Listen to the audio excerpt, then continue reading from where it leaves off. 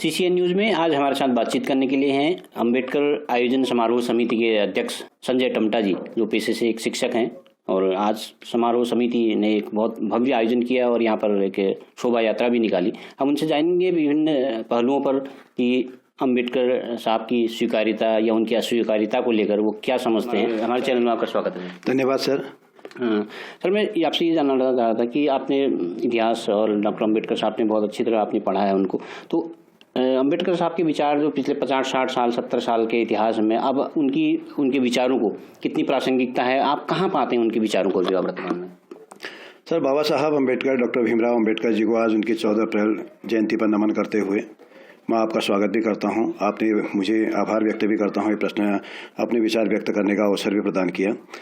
बात बाबा साहब के विचारों की प्रासंगिकता को लेकर कहते हैं तो बाबा साहब का आजीवन संघर्ष अभावग्रस्त और विभिन्न प्रकार के भेदभाव वंचनाओं से लड़ने में रहा है, पूरा संघर्ष उनमें रहा है और जीवन में उस तबके के लिए संघर्ष रहा है, विशेषकर जो तबका सदियों से सामाजिक, आर्थिक, राजनीतिक, शैक्षिक, धार्मिक और यानी कि विभिन्न प्रकार के जो है अधिकारों से वंचित था। और उनकी प्रासंगिकता तब तक रहती है जब तक इस समाज का, इस देश में विभिन्न प्रकार के जो भेदभाव हैं, धर्म से लेके, जाति से लेके, संप्रदायों से लेके, क्षेत्रों से लेके, वो समाप्त नहीं हो जाते हैं और सभी को आर्थिक समानता प्राप्त नहीं हो जाती है, तब तक ये रहते हैं। और आने वाले समय में अगर यह वर्ग जहाँ जहाँ ऊपर उठते जाता है तो उनके विचारों की प्रासंगिकता बढ़ते जा रही है। हम देखते जा रहे हैं कि अन्य देशों में जो है आज़ादी के समय से लेके अन्य जो उस समय के राष्ट्रीय हमारे जो नेता थे उनका बहुत बड़ा स्थान था। बड़े स्थान होने के साथ साथ उनका समाज में लोकप्रियता कम होते जा रही है। पूरे आज़ादी के आंदोलन के इतिहास जितने भी हमारे महापुरुष हैं, उन महापुरुषों में देखें तो एकमात्र अंबेडकर ऐसे महापुरुष दिखते हैं हमें जिनका वर्चस्व और जिनकी स्वीकार्यता समाज में लगातार बढ़ती जा रही है और दिन दिन बढ़ती जा रही है। और जिस दिन इस देश का समाज शिक्षित हो जाएगा, जागरूक हो जाएगा, उनको पता चल जाएगा कि डॉक्टर BR अम्बेडकर का संघर्ष क्या था, उनका सपना क्या था,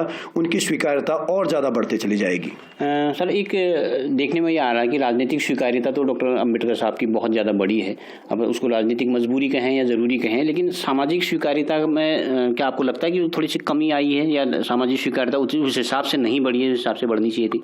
जी हाँ, इस बात को मैं स्वीकार करता हूँ। आज पूरे देश में जितने भी हमारे महापुरुष हैं, राष्ट्रीय आंदोलन के जितने भी बड़े महापुरुष हैं, उन महापुरुषों में एकमात्र डॉक्टर अंबेडकर ऐसे महापुरुष हमें नजर आते हैं जिनकी किसी भी राजनीतिक दल के द्वारा आलोचना नहीं की जा सकती है, नहीं करता है कोई भी। आप गांधी की आलोचना कर सकते हैं, नेहरू की आलोचना कर सकते हैं, अन्य महापुरुषों की आलोचना कर सकते हैं, लेकिन सार्वजनिक तौर पर कोई भी दल डॉक्टर अंबेडकर की आलोचना नहीं करता है। हाँ, अंदर ही अंदर सामाजिक तौर पर अंबेडकर की स्वीकार्यता नहीं हुई है, इस बात को स्वीकार करते हैं। एक वर्ग विशेष के नेता बन के वो दलितों के नेता बन के रह गए हैं, ये सामाजिक स्वीकार्यता है। इसके पीछे एक तरीके से ये भी है कि वास्तव में इस देश के लोगों ने सामाजिक तौर पर डॉक्टर अंबेडकर के दर्शन को नहीं समझा। उनको लगता है कि यहाँ पर डॉक्टर अंबेडकर के द्वारा जो कार्य किए गए वो केवल दलितों के लिए किए गए और वो जो है एक सामान्य वर्ग दलितों के अतिरिक्त अन्य वर्गों के जो है हितैषी नहीं थे, उनके हितों के विरुद्ध उन्होंने काम किया, जबकि ऐसा वास्तव में नहीं था। अंबेडकर ने किसी से किसी के अधिकार छीने नहीं थे जो उनका आंदोलन था, बल्कि उनका आंदोलन ऐसा था जो वर्ग सदियों से अधिकारों से वंचित समाज था, वर्ग था, उस वर्ग को समाज की मुख्य धारा में लाया था। उनका आंदोलन उनके संघर्ष ने लाया था। इसलिए कुछ लोगों को लगता है कि डॉक्टर अंबेडकर के जो है आरक्षण का जनक कहा जाता है उनको, तो आरक्षण की वजह से हमारे लिए अवसर खत्म हो गए हैं। अन्य जो है जो वर्ग हैं उनका लगातार प्रभाव बढ़ते जा रहा है, लेकिन ऐसा नहीं है वास्तव में अगर हम देखें। अच्छा, मैं एक चीज़ ये कह रहा था सर, कई बार सामाजिक ये सोशल मीडिया के प्लेटफॉर्म पर भी ये बात उठ के आती है, कई और लोग भी इस बात को मानते हैं कि जो राजनीतिक आरक्षण मिला हुआ है वो नहीं होना चाहिए था, राजनीतिक आरक्षण के हिसाब से खत्म होने की बात करते हैं। क्या आप मानते हैं इस बात को? सर, इसके लिए जो है वास्तव में राजनीतिक आरक्षण को जो है खत्म करने की मैं सिफारिश नहीं करता हूं। मैं कई बार ऐसे अगर लेख लिखता हूं तो कई लोग उसको जो है अपने अपने विचार डालते हैं उसमें, लेकिन मेरा मानना यह है कि आज जो है राजनीति जिस स्तर पर पहुंच चुकी है, चुनाव लड़ना जितना महंगा हो चुका है, एक तरह से पूरा चुनाव कारपोरेट के हाथ में आ चुका है। अगर राजनीतिक आरक्षण खत्म हो जाता है तो आरक्षण में स्थिति यही होगी। अब देखिए, मुसलमानों में एक देश की बहुत बड़ी पार्टी होते हुए भी पार्टी ने मुसलमानों को एक टिकट नहीं दिया, गुजरात में एक टिकट नहीं दिया गया, बिहार में एक टिकट नहीं दिया गया, तो वास्तव में अगर आरक्षण समाप्त हो जाता है तो क्या राजनीतिक आरक्षण समाप्त हो जाता है तो क्या उन दलों को टिकट मिलेगा, यह सोचने वाली बात है। और दूसरा, चुनाव जो है करोड़ों रुपए में आता है, करोड़ों रुपया खर्चा आता है एक चुनाव, सांसद या विधायक का चुनाव लड़ने के लिए। कोई भी प्रत्याशी हमारे पास ऐसा नहीं होता इस वर्ग के अंदर जो करोड़ों रुपया खर्च कर सके। और बात जो है आरक्षण को लेकर अक्सर जो है मैंने बहुत पढ़े लिखे विद्वान लोगों को भी देखते जो है कहते हुए सुना है, बोलते हुए सुना है, या तो वो शायद जानते नहीं या तो वो प्रकट नहीं करना चाहते हैं। अक्सर वो कहते हैं कि आरक्षण जो है केवल 10 साल के लिए लिखा गया था या 10 साल के लिए रखा गया था संविधान में, और उसके बाद उसको हर 10 साल के लिए बढ़ाया जाता है। अगर आप देखेंगे तो वास्तव में जो आरक्षण 10 साल के लिए था वो केवल राजनीतिक आरक्षण था। आरक्षण 3 प्रकार से हैं, राजनीतिक आरक्षण है, सेवाओं में आरक्षण है और शैक्षिक संस्थाओं में आरक्षण है। तो जो पहली बात जो की गई थी वो केवल 10 वर्षों के लिए आरक्षण किया गया था। शैक्षिक आरक्षण और सेवाओं में आरक्षण के लिए कोई स्थायी बात नहीं थी। तो मेरा यह मानना है अगर आरक्षण वास्तव में अगर राजनीतिक आरक्षण समाप्त होता है, इसके 2 पहलू हैं। एक तो यह है कि कोई भी राजनीतिक आरक्षित वर्गों पर लड़ने वाला किसी राजनीतिक दल के जो एजेंडा है उस एजेंडे से बंधा होकर नहीं रह जाएगा, खुल के अपनी बात व्यक्त करेगा। और लेकिन एक दूसरा पक्ष यह भी आता है, क्या वह जो है इस वर्चस्ववादी समाज में क्या अपनी सीटें निकाल पाएगा, क्योंकि जो है लगातार कारपोरेट का बढ़ते जा रहा है, यानी उसका प्रभाव बढ़ते जा रहा है, धन बल पैसा इसका प्रभाव बढ़ते जा रहा है। तो ऐसी स्थिति में ऐसी स्थिति में और दूसरा हम ये भी देखते हैं जिन क्षेत्रों में आरक्षण नहीं है क्या वहाँ हमारा प्रतिनिधित्व क्या हो रखा है, जो आरक्षित समाज है उनका प्रतिनिधित्व क्या है।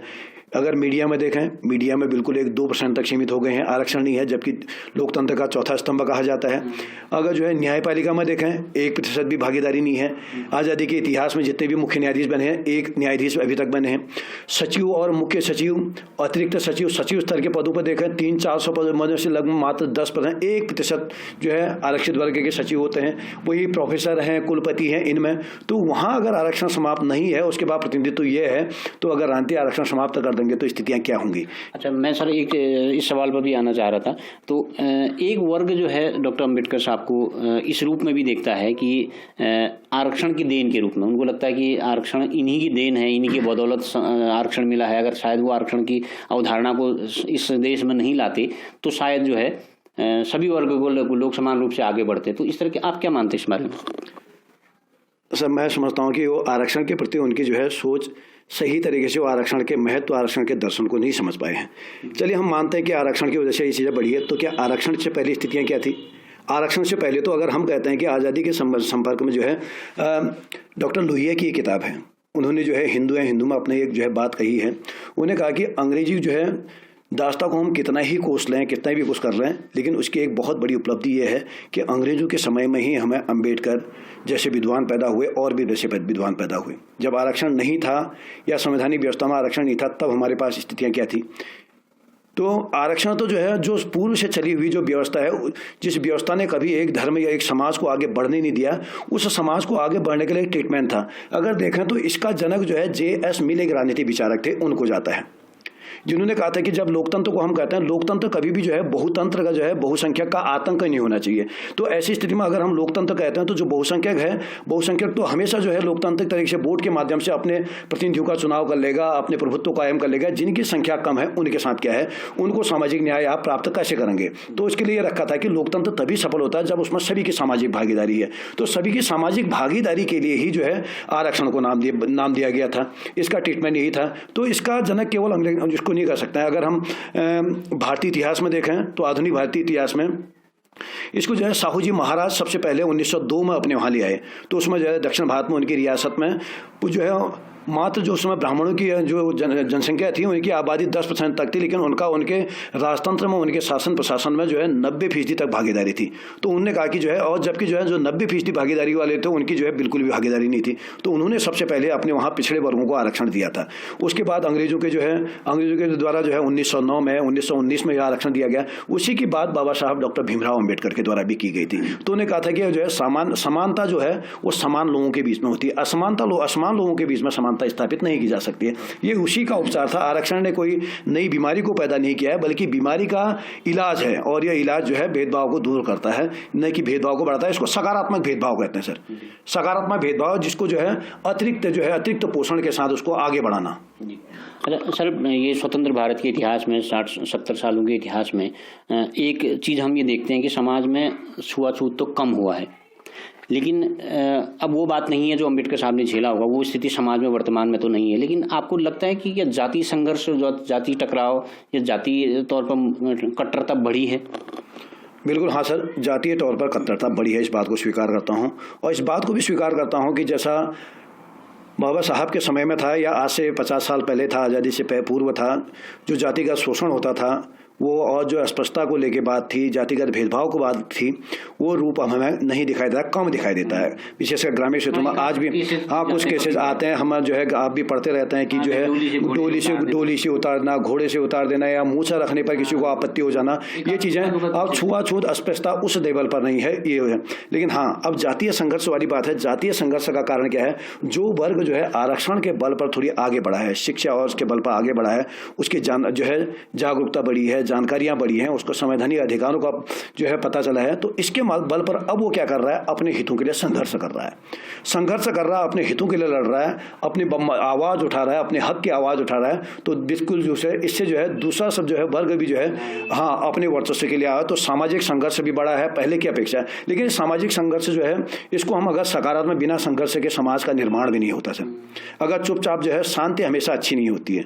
शांति का अर्थ होता है कोई हलचल न होना, तो संघर्ष से ही जो है एक नया रूप आके आता है। क्योंकि समाज में जिस वर्ग को लगातार पूरे जो है एकाधिकार बना हुआ था हर क्षेत्र में, आज उसके एकाधिकार को चोट पहुंची है। हर क्षेत्र में हिस्सेदारी बढ़ी है। हमको इसको ऐसे देख सकते हैं कि एक रोटी है, एक रोटी एक वर्ग, एक समाज को पूरी की पूरी खाने की आदत पड़ी हुई थी, आज उस रोटी में हिस्सेदारी बढ़ी है, तो निश्चित उस वर्ग को पीड़ा होगी। अगर वो लोकतंत्र को समझता है, लोकतंत्र के दर्शन को समझता है, तो उसे भी स्वीकार करना चाहिए कि इस देश की आबादी, हिस्से, सेवा, हर क्षेत्र में जो है इनका भी बराबर का हक है, तो उनको सकारात्मक रूप में लेना चाहिए। तो सकारात्मक रूप में लेंगे तो संघर्ष वाली ऐसी कोई बात नहीं आएगी। अच्छा सर, आपको लगता है कि इतने समय के बाद भी डॉक्टर अम्बेडकर साहब के विचार को जगह जगह पहुँचाने के बाद, जगह जगह प्रसारित करने के बाद भी, लेकिन आपको लगता है कि वो एक जाति खांचे में ही बच के रह गए हैं और मतलब वो जाति खांचे से बाहर नहीं निकल पाए? क्या आपको लगता है? जी बिल्कुल लगता है। तो आज भी हम कह रहे हैं कि उन्हें दलितों के मसीहा ही के रूप में देखा जाता है। इसका सबसे बड़ा एक प्रमाण मैंने हाल ही में एक लेख भी लिखा था।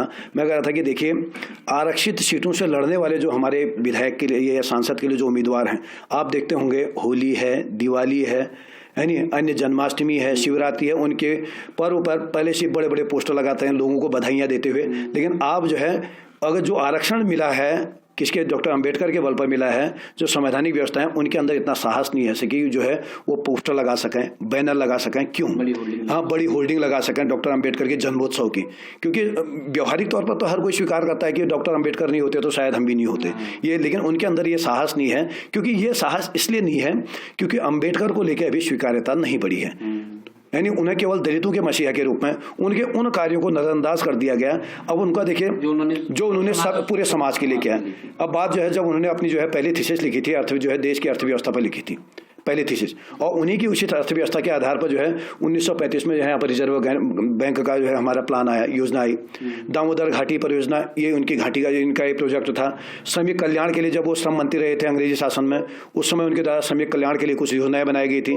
कानून मंत्री रहते हुए, और सबसे बड़ा तो भारत का संविधान, जो संविधान सभी को प्रोटेक्ट करता है, ये केवल नहीं कि वो दलितों को प्रोटेक्ट करता है, ऐसा नहीं है। और अगर हम देखें तो दलितों को थोड़ी बहुत हिस्सेदारी मिली है। संविधान का ज़्यादा लाभ तो जो है इस देश के बहुसंख्यक समाज ने ही लिया है। महिलाओं के लेके उनका सबसे बड़ा आंदोलन है, महिलाएं मानने को तैयार नहीं। अगर सामाजिक न्याय का मसीहा कहते हैं तो सामाजिक न्याय के मसीहा के तौर पर जो है डॉक्टर अंबेडकर का सर्वाधिक काम जो है देश की आधी आबादी के लिए भी है।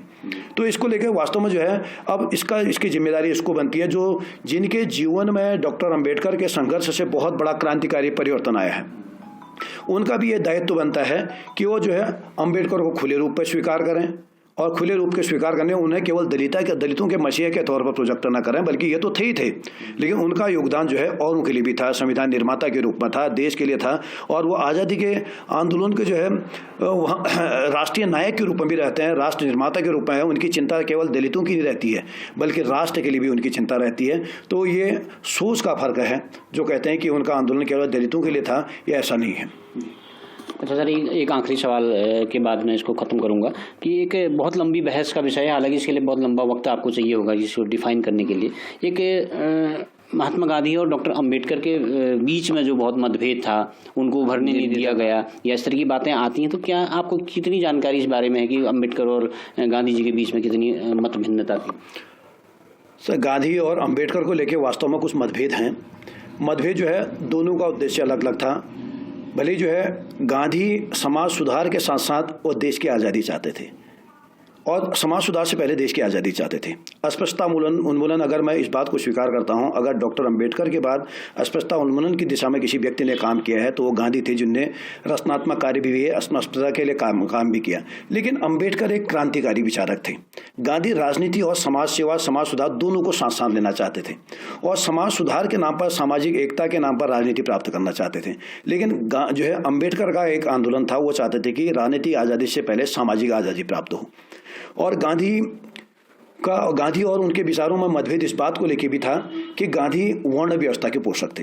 वो देखते हैं, अगर जो है हम धर्मनिरपेक्ष राजनीति की बात करते हैं, लेकिन धर्मनिरपेक्ष राजनीति के और गांधी को जो है सर्वधर्म समभाव का प्रतीक भी कहते हैं, लेकिन अंदर ही अंदर हम देखते हैं कि गांधी जो है जो हिंदुत्व राजनीति के जो प्रतीक होते हैं उन्हीं को लेकर अपना आंदोलन करते हैं। उनके उसमें रहता है जो है रघुपति राजा राम, ये रहता है, और गौ रक्षा का काम रहता है। ठीक है, इस पर कोई आपत्ति नहीं थी।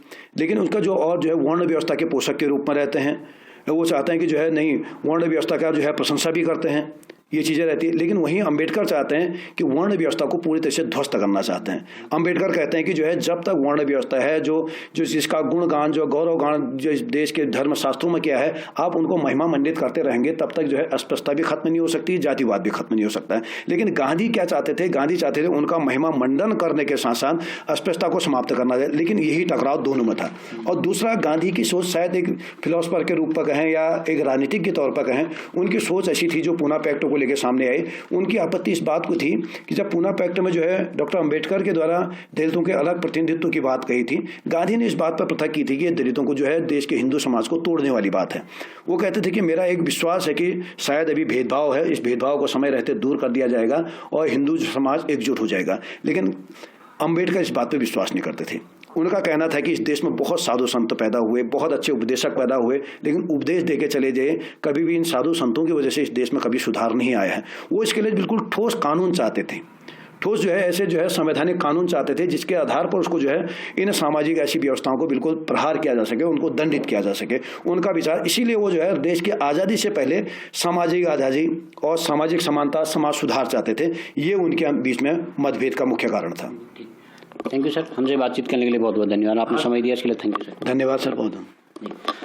तो आप थे हमारे साथ अंबेडकर जयंती समारोह समिति के आयोजन समिति के अध्यक्ष संजय टमटा जी, जिन्होंने बेबाकी से अपनी बात को रखा।